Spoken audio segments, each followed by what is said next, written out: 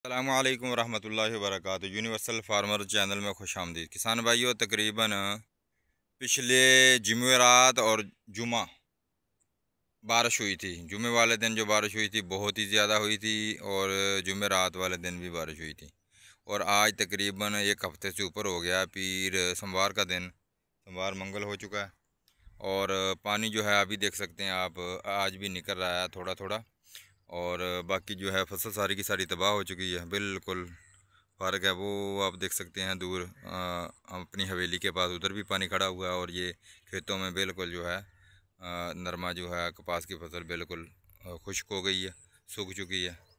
और पानी जो है सेम खाले का वो भी तकरीबन जो है बिल्कुल अभी नीचे चला गया है। पहले हमारी ज़मीन से कुछ 4 फीट ऊपर था, जो उसने ज़्यादा नुकसान पहुंचाया, हमारी खेतों में आन पहुंचा था। और अभी जो है पानी ज़मीनों से जो निकल रहा है, आप देख सकते हैं ये अभी भी निकल रहा है, लेकिन थोड़ा निकल रहा है। और दूर दराज तक यही सूरत हाल है। किसी भी की ज़मीन के अंदर खेतों में जो है फसल नहीं है। अल्लाह पाक रहम फरमाए, दोबारा मज़ीद बारिश की पेशन गोई हो रही है। अल्लाह पाक सब मुसलमानों की हिफाजत फरमाए, आमीन।